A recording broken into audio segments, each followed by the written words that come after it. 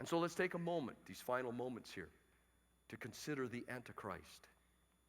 What the Bible says about Antichrist, the ultimate fulfillment of this madman, this little horn, this final world emperor.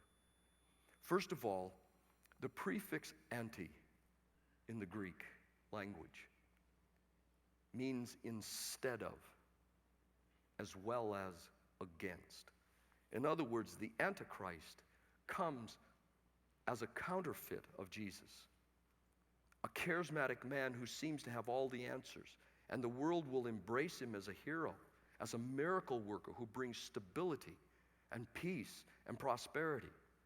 He will come in the same manner as the one who empowers him. He will come as an angel of light. And with all the horrific things said about the horn in Daniel's vision, remember that Daniel also saw him as a master of intrigue. Deceit would be practiced as a fine art by this man. In other words, his greatest asset is his ability to fool people. People will want him to be their ruler. He will be wonderfully appealing. He will do supernatural things that will absolutely amaze the world. In every respect, this man will appear messianic.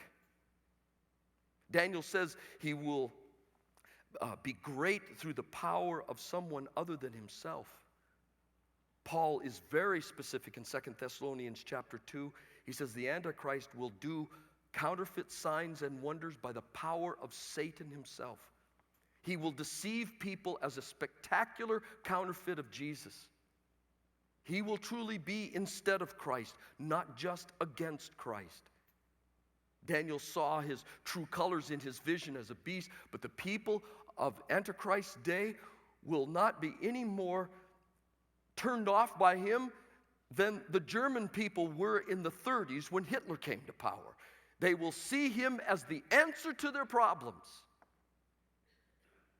The Antichrist will have the oratory skills and charm of a Kennedy, the inspirational power of a Churchill, the vision of a Marx, the dedication of a Gandhi, the military prowess of a Douglas MacArthur, the winsome spirit of a Will Rogers, the genius of an Einstein, and he will have the esteem of a Lincoln. Time magazine will name him Man of the Millennium. He will be the ultimate man. Satan will see to that. And that's why the Apostle Paul doesn't point to the peace treaty that the Antichrist confirms with Israel as the thing to look for in identifying him, which is the beginning of the 7-year tribulation, the first half of which will be marked by relative peace. Now you see, because at that point you would not know him from any other effective peacemaker in the world.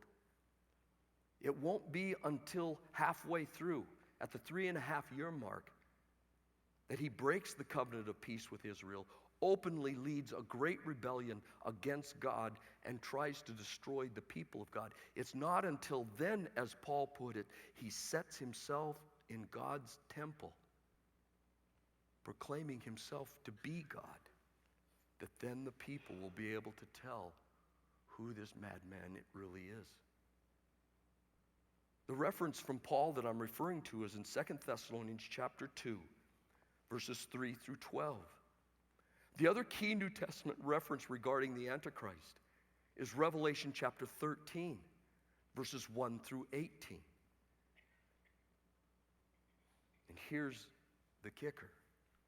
In Revelation 13, the Apostle John, like Daniel, saw the Antichrist as a beast coming out of the sea. But get a load of this. Look at Revelation 13, 1 through 4 with me. And I saw a beast rising out of the sea with 10 horns and 7 heads, with 10 diadems on its horns and blasphemous names on its heads. And the beast that I saw was like a leopard. Its feet were like a bear's, and its mouth like a lion's. And to it the dragon, Satan, gave his power and his throne and great authority. One of its heads seemed to have a mortal wound, but its mortal wound was healed, and the whole earth marveled as they followed the beast, and they worshiped the dragon, for he had given his authority to the beast, and they worshiped the beast, saying, "Who is like the beast, and who can fight against him?" Did you notice that John uses the same images that Daniel saw in his vision from Daniel 7, except they're all on one creature.